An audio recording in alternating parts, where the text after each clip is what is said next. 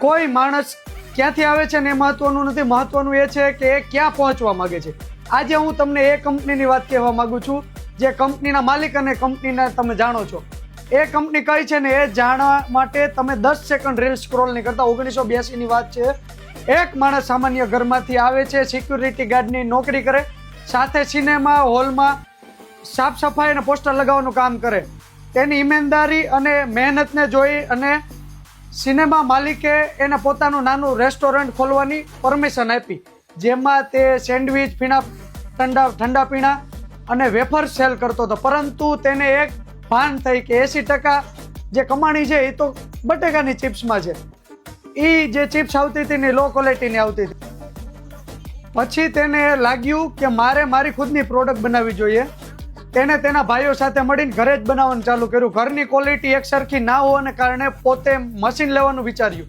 Machine વધારે costly હોવાને કારણે તેના મશીનના અલગ અલગ પાર્ટ્સ લીધા, તેને જોઈન્ટ કરીને એક મોટું મશીન બનાવ્યું અને એ મશીનમાં હિંમત અને લગન લઈ અને પોતે જુસ્સા સાથે એ પ્રોડક્ટ બનાવવાની શરૂ કર્યું. પોટેટો ચિપ્સ બનાવવાનું શરૂ કર્યું. આજે એ ચિપ્સનું નામ, બ્રાન્ડ છે, એનું નામ છે બાલાજી વેફર્સ, જે આખી દુનિયા જાણે છે. બાલાજી વેફર્સ શું છે? આ એક નિર્ણયે તેની જિંદગી બદલી નાખી.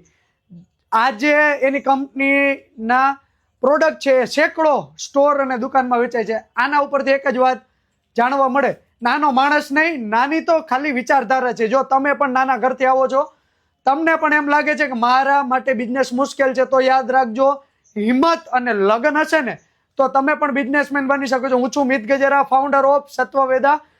તમને સાચું ગાઈડન્સ જોઈએ છે, સાચી ઓપોર્ચ્યુનિટી જોઈએ છે, તમારી જિંદગીમાં બદલાવ લાવવો છે ને તમારે કંઈક નેક્સ્ટ લેવલ જવું છે, તો તમે અત્યારે મારો કોન્ટેક્ટ કરો. હું તમને તમારી પ્રોડક્ટને બ્રાન્ડ બનાવવા માટે હેલ્પ કરીશ. તમે પણ ગૃહ ઉદ્યોગ ચાલુ કરવા માંગો છો, તમે તમારા પાક, તમે ખેડૂત છો, તમે નાના ધંધાર્થી છો, તમે તમારા પાકને જો મોટો બ્રાન્ડ બનાવવા માંગો છો ને તો અત્યારે જ કોમેન્ટ કરો બ્રાન્ડ. હું તમને બધી જ માહિતી શેર કરું, હું પર્સનલી તમારા ટચમાં આવીશ.